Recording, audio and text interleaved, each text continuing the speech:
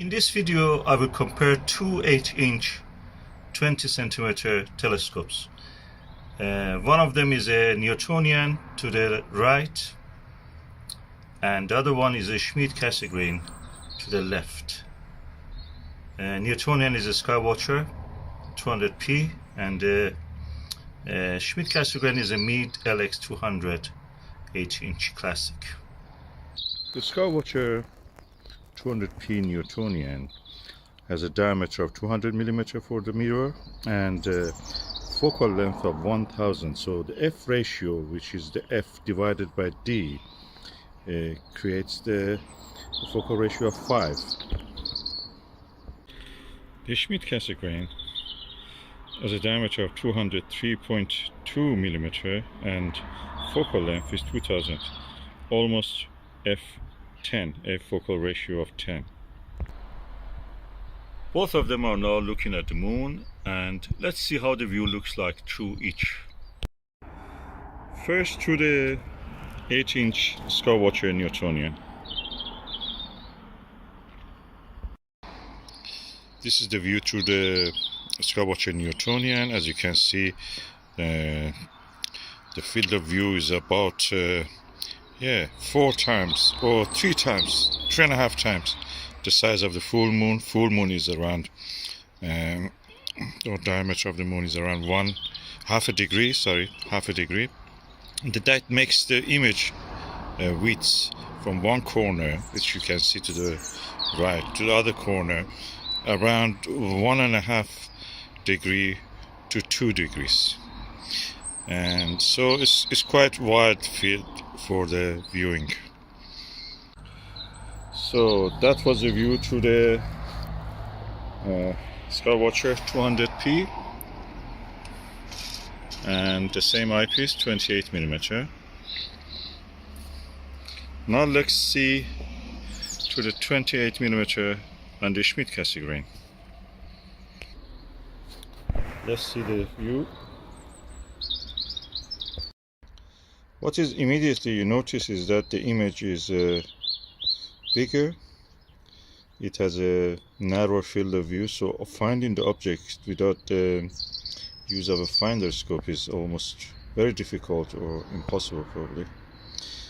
Narrow field of view can be a problem, but it's perfect for planetary bodies like the moon and other planets. As you can see more details here.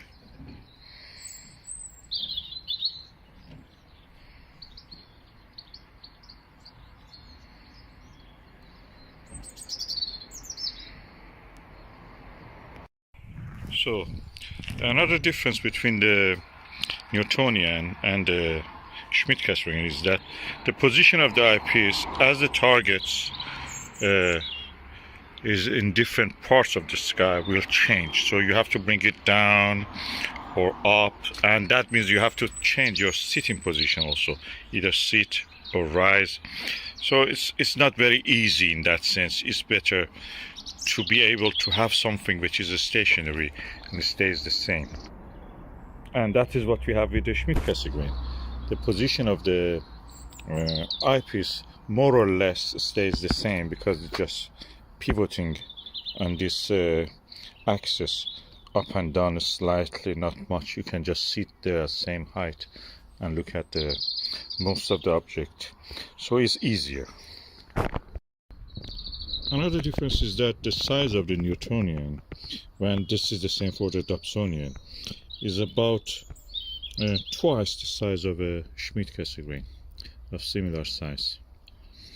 And that makes the Schmidt-Cassegrain quite compact. Although it has a bigger focal length, that's 2000 mm, 2 meter focal length it has. That one has 1 meter focal length. But because it has several reflections back and forth, the tube is more compact. So the size is a difference, another difference. Another difference between them is that the price for this bought it second hand. So if you buy it second hand, at least £1,000, around $1,500. That one second hand about around £200, which makes it around $300, and that's the difference. So the price difference is about 5 times. This one is more expensive than that.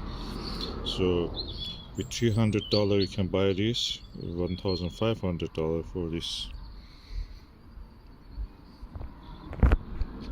Transport of this is easier than that also.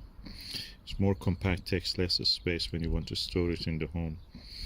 That's a consideration, or in the car if you want to take it to somewhere dark site for observation. Of course you can use a focal reducer with this. Focal reducer is the reverse of a Barlow. When you attach it, it actually increases or decreases, decreases the f ratio. So practically focal reducers for Celestron or Meade 0.63 will make the field of view wider, so that makes it practically like that one, a wide field telescope. If you use it on this, which is the reverse of a Barlow, practically instead of magnifying it just reduces magnification, you will be able to find bigger targets in the sky. Like most of the deeper sky objects, you must know that galaxies and the star clusters and everything else are quite huge, although they are so far from us. Compared to Moon and the planets, they're huge. Andromeda Galaxy is in our sky is almost 4 degrees. That makes it 8 times the size of the Moon in our sky. So practically a huge object, even though that's 2 million light years away. So you have all this available with this when you use a focal reducer. Of course, the field of view, again, you need a bigger field of view if you want to use see something the whole width of the Andromeda Galaxy. Binoculars probably do it better. Another consideration for when you want to consider buying this is that one doesn't have any electronics. It's cheaper, it doesn't break. This one has electronics, they easily break or they become obsolete. And in this case, the capacitors of this one, the Clasic Meade LX200 EMC, the capacitors easily burst after a while, so you have to replace them or just use it as alt azimuth without any electronics. So they're prone to being outdated, obsolete, or break down. That one is just mechanical, nothing there, and then the rest of it is optical tube, and there is no danger of that. Another thing that may confuse you is that, as you have seen in the video I presented you, the image in this one compared to this one is reversed.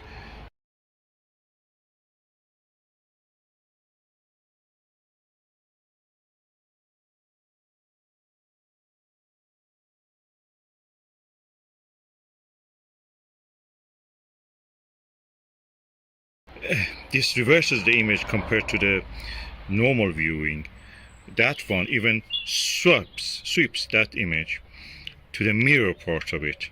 So practically you will see even another image which is not the same as what you can see with your normal eye, and is a reverse. It's very interesting thing when you look at the moon from these two objects. You have to use different maps for this if you want to be comfortable finding objects and names of the targets. Okay, one of the things that you can do with both of them is astrophotography. With this one you can do, digiscoping, hold your mobile camera, mobile phone, and take a few seconds or a few minutes, depending on the video or photo, of celestial objects, including planetary objects. With this one you can guide it, so most of the Schmidt-Cassegrain can be guided unless they're broken. So when you can guide the telescope, practically you can take up to 10-15 minutes of the guided astrophotography. Unfortunately you will have some field rotation because this is moving in alt azimuth. It's moving like this, a little bit like this, a little bit like this, a little bit like this. It's not equatorial that follows in a curve. It has to follow the curve in steps like that. So and this causes field rotation. When you have field rotation, your image at the center looks centered. Around it, objects look appearing as if they've rotated. It's like as if you're looking at the Polaris and the stars around it. But with the video and other things, you can just take short videos and just add them, stack them with the software. You will be able to do that. With a focal reducer, you can have a wider field of view and just do whatever you want to do. Planetary, you don't have any problem. You can just take the pictures, or the moon, the same. And I don't do any processing.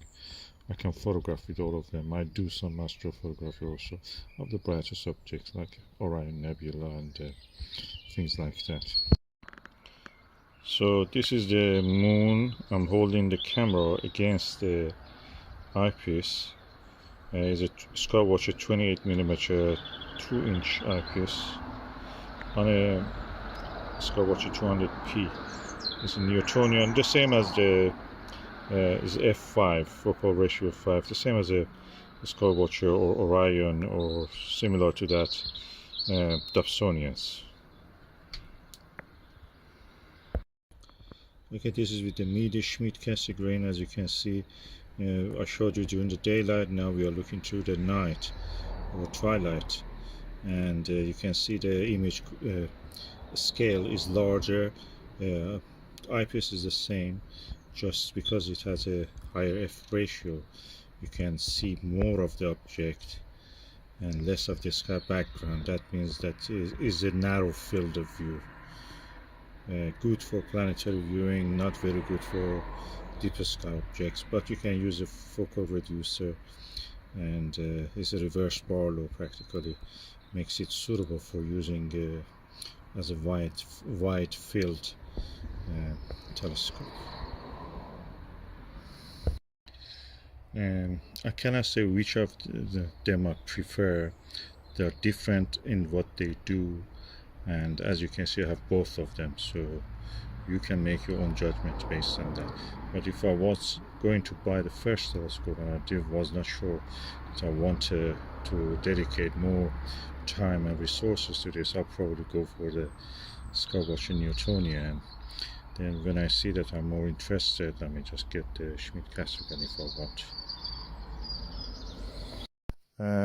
Another difference between Schmidt-Cassegrain and the Newtonian is that, as you can see, the corrector plate on the Schmidt-Cassegrain easily gets dew on it, condensation of moisture, and that can actually damage the view that you have, and eventually will cause deterioration of the screen. You have to use, of course, either a dew shield or something like a dew heater.